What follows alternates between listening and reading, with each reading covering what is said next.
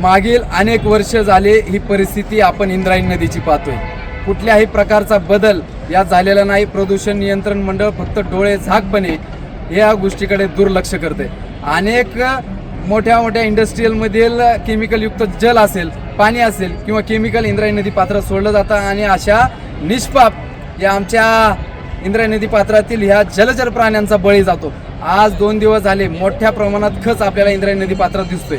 हीच परिस्थिती तुम्हाला आमच्यासारख्या सामान्य नागरिकाची पाहिजे आहे का, हा प्रश्न मी प्रशासनाला विचारतोय. कारण अनेक वर्ष झाले हीच परिस्थिती इंद्रायणी नदीची. कुठल्याही बदल नाही. मंत्री येतात, मंत्री महोदय येतात, फार केंद्रीय मंत्री येतात, फक्त आश्वासनं देतात आणि त्या आश्वासनाला आमचा भोळा बाबडा वारकरी आणि सामान्य नागरिक त्या बळी पडतोय.